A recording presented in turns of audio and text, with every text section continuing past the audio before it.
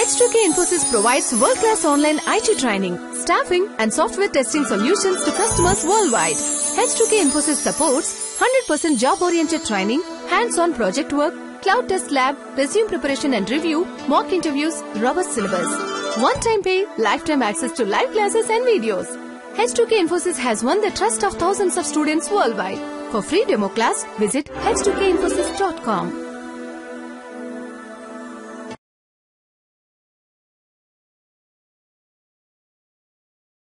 So the replication name will be written as name dfs.replication and the name. The value would be, now I am declaring as 1 because I am writing it in a, I'm going to install it in a pseudo distributed mode, right? So I don't need to maintain any replications, or I don't want it exactly how the typical distributed Hadoop cluster look like, right? So this is why I use it to follow the replication factor as 1 only. So if at all admin guy or any other guy, maybe from a developer point of view, there is something given or something declared by admin, I myself can go and change this HDFS site.xml, right? For example, if admin thinks like no one wants to have a permission on this particular site, on this particular property, he can give it as final. So under the configuration, property, name, value, I will give it as a final again. So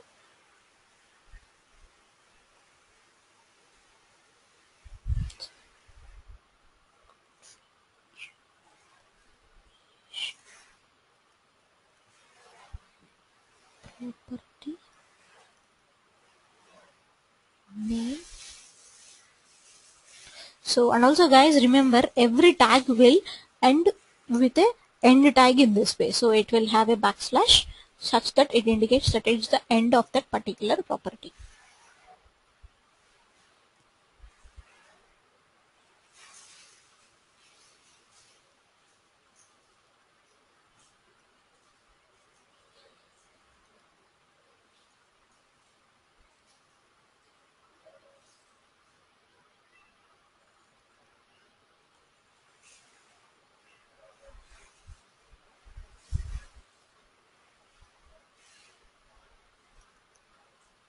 So this is how it looks like. For example, if the admin guy gives this replication factor in this way, then there is no way that the developer can change this particular setting. He has to follow the replication factor as 1 only. There is no other option to edit this file. So the command would be final as true. If it is false, means the developer or any guy can change his particular configuration on his machine. So, and the core site is the same thing which we had followed in HDFS site. Again, the name and value would change. So fs.default.name. So this will tell you like what is the name node address that we are going to connect. So the default address would be 8020 port. So the name node would be connecting to a port called as 8020. So every machine, every type of setups will have their own port numbers, right? So for example, if you take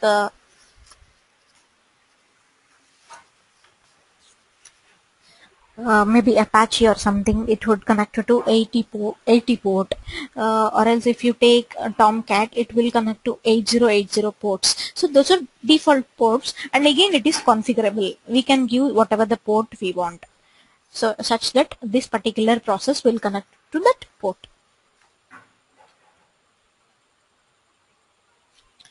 So defining HDFS details in HDFS site. So these are few important properties that we would be declaring in HDFS site.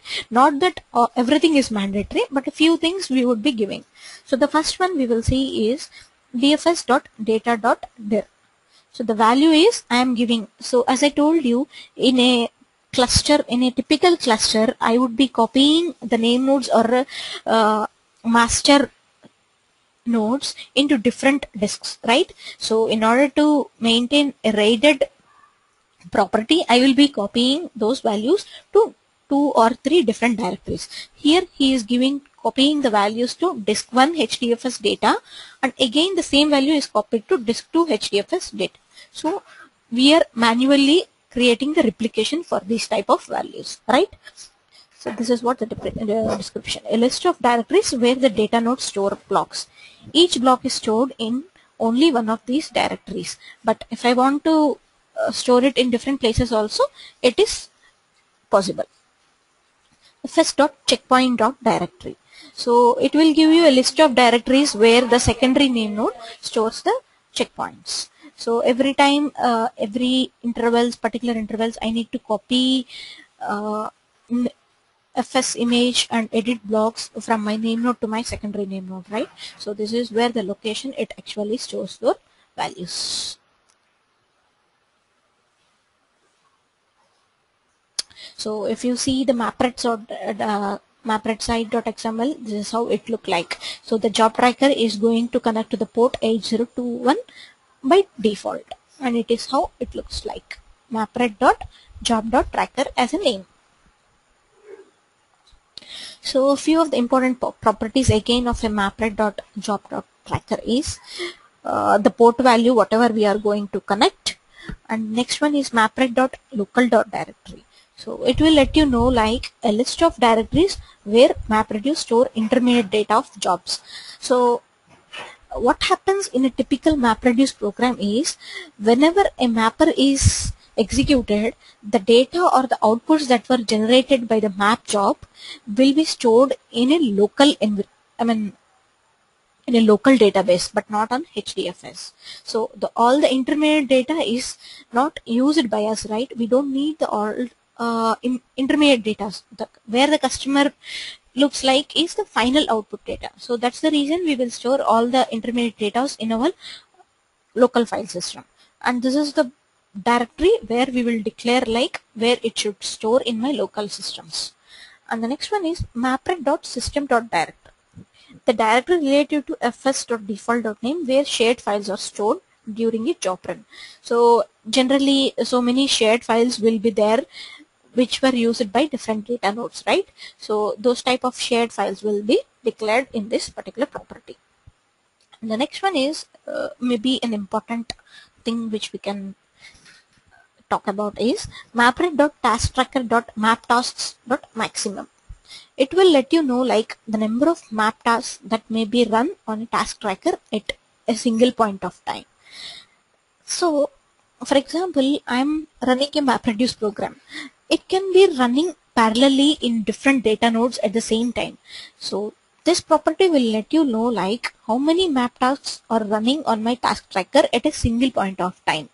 Maybe I'm in my data node, I'm running 4 to 5 tasks at a single point of time. So this will let you know like how many tasks I can run on my single data node machine.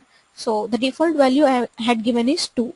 In the sense, 2 tasks can run simultaneously at a single point of time. In the sense, map tasks. Okay. The next one is reduce tasks. Again, the same thing. How many reduces that can run on my single machine? The default value is 2.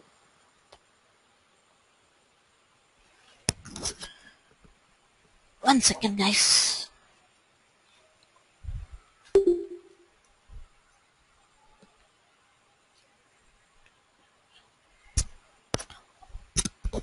Are you able to hear me now? Okay, fine.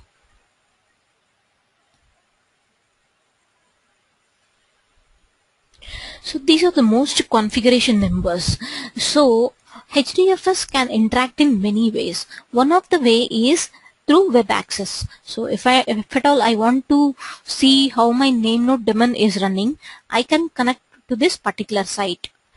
HTTP localhost 50070. So this is the default port, and in whatever way I install my Hadoop, okay, fine. In whatever way I install Hadoop, I have to connect to this site only to see how my name node is running or whether my name node is up or not also. So for job tracker, it would be 50030.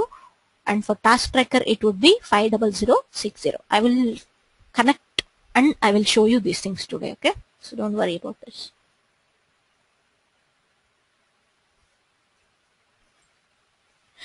So whatever the properties that we had seen till now for each of the site is very minimal. There will be hundreds of properties that can be declared in each of the sites.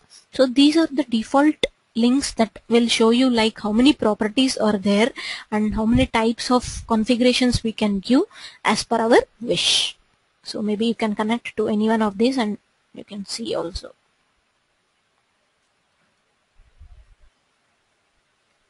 Let me show you one single thing.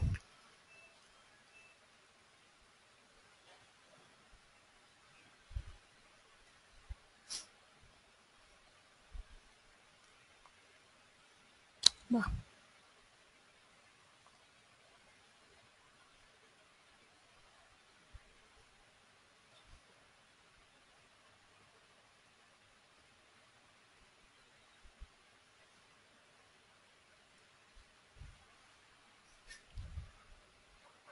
See, these are the number of properties I have only for my core site.xml. So let me go down. So whatever we had discussed is maybe FS checkpoint directory which we had discussed.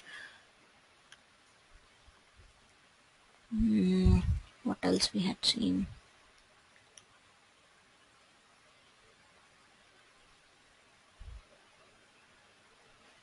Maybe we will see this hadoop.temp.directory where our temporary files are stored.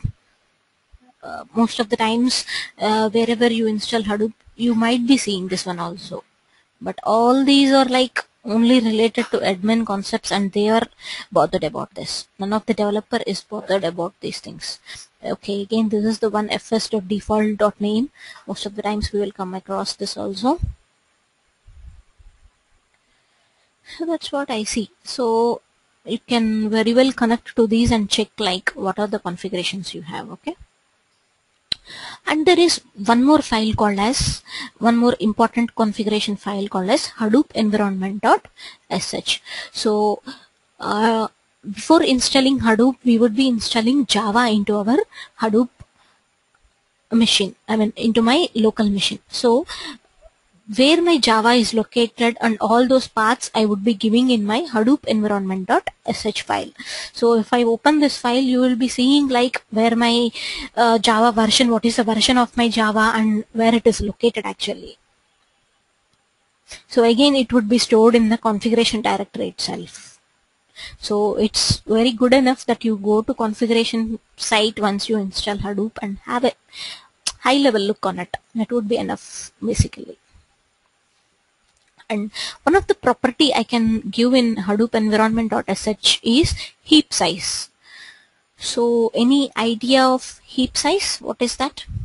Anyone can tell me? Anyone can give a try on this heap size?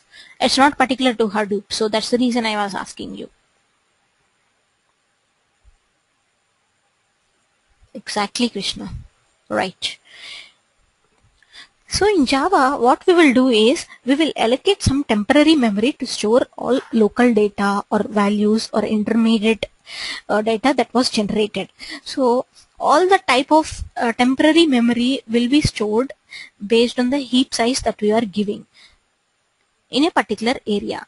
So here I am giving like export Hadoop underscore data node heap size is equal to 128. So what I am telling is whatever the temporary data that is being generated by my data nodes, they can use up to 128 MB or whatever the information I'm going to you. If at all I am talking about task tracker, it can go up to 512. So this is how the heap size I can declare. So whenever you connect to name node web interface or something, it will show you that how much percentage of heap size is used and still how much percentage of heap size is left or something like those informations it will show you. So this is how the typical environment.sh file looks like. So if you see the highlighted one, it will show you the Java home path where I had installed my Java before installing Hadoop. So the next thing is formats and precedence. Same configuration can be specified multiple times. The one with highest precedence takes the priority. So suppose in a cluster I have 100 machines, and as I told you, on each of the machine I will be declaring the configurations. Okay, so there will be some precedence on pulling these configurations. The precedence from lowest to highest is site.xml on slave nodes. So this takes the lowest priority. So maybe my data node have some configuration in my site.xml that will take my lowest priority. And the second priority goes to site.xml on client machine. So there will be a client machine that would be connected to my Hadoop cluster, right? So my client machine takes much more priority than my slave node. So in my cluster, the admin guy has declared as replication factor as 1. So but while as a client I am going to Hadoop, I am going and connecting to Hadoop cluster, I can give the replication factor as 3 such that I will have my machine or my data gets replicated thrice. And the highest precedence will take through my MapReduce jobs. So whatever I declare in my MapReduce program, that will take my highest priority. So suppose in my MapReduce program, I will go and declare as number of reducers should be 3. So even though whatever the value I have in my MapReduce site.xml, this value will get overridden in my MapReduce site.xml for that particular program. So this is how the precedence goes. It's okay. The remaining things we can discuss tomorrow, but for today I will just show you like the web interfaces and all those things.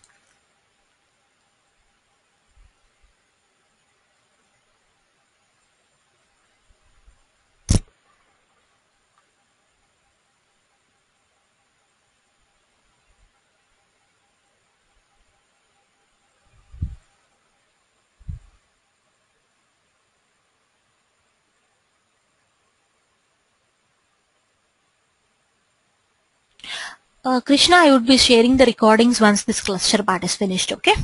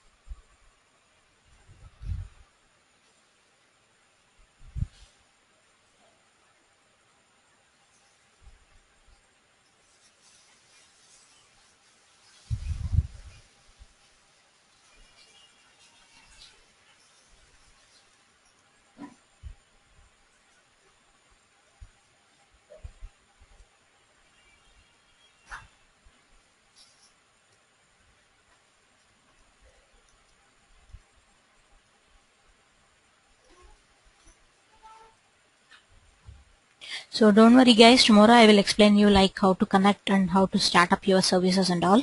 So for now, just have a look on how the web interface looks like.